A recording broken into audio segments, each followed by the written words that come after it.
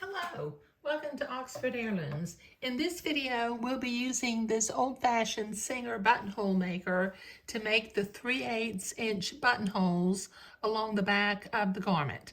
Now, the pattern calls for the buttonholes to be perpendicular to the fold of the facing.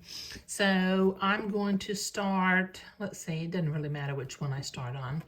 I'm having to do this without a light bulb in my sewing machine because when I came over here and turned the light on, it flickered out, and I don't know how to change the light bulb in my machine. I thought it opened up, like it would open up like a door on the side here, but it doesn't seem to want to move.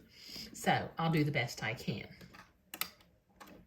Okay, so I've got my template clicked all the way to the back, which will be the top of the buttonhole.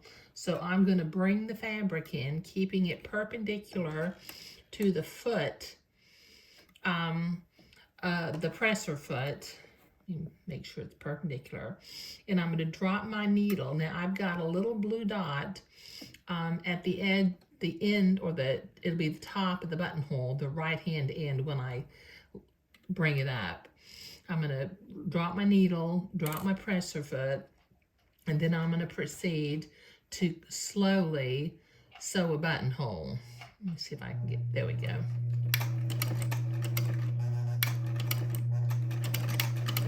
I love this old-fashioned buttonholer. It makes pretty buttonholes that are very, since it's a vintage buttonhole maker, it makes vintage buttonholes. And some newer machines make some pretty buttonholes, but my newer machine does not. And also what happens, since these buttons are so small, I have to put the button into the buttonhole foot in order to determine the size of the buttonhole. And oftentimes when I'm using tiny buttons, the buttons fall out. Okay, so that's one, and that looks just perfect.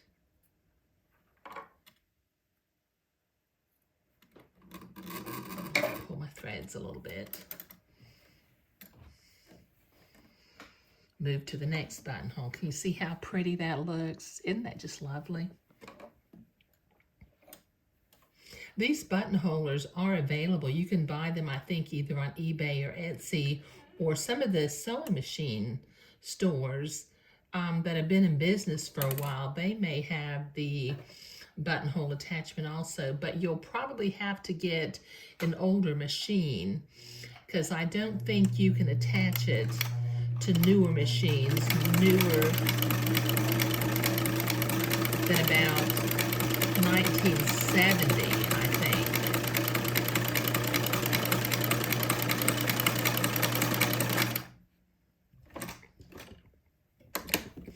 That's the second buttonhole.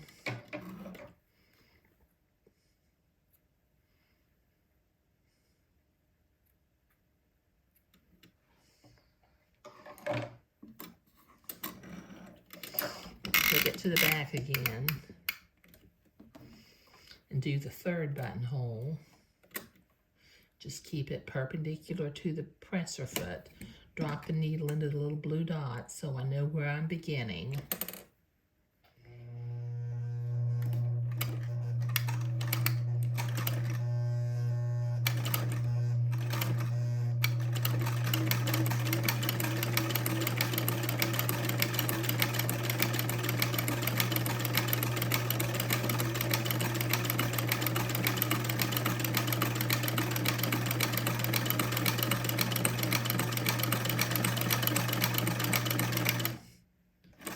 There we go.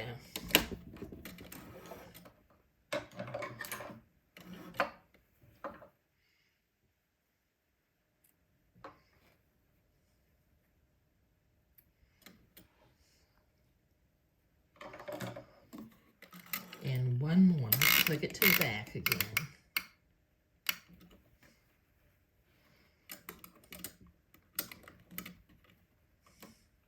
Bring my fabric in.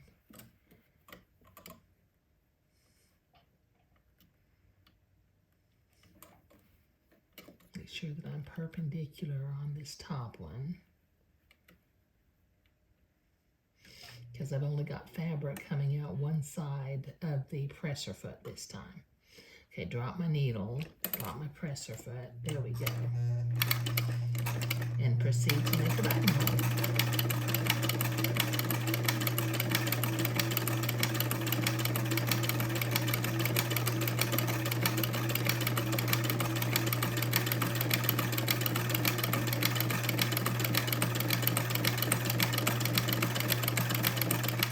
There.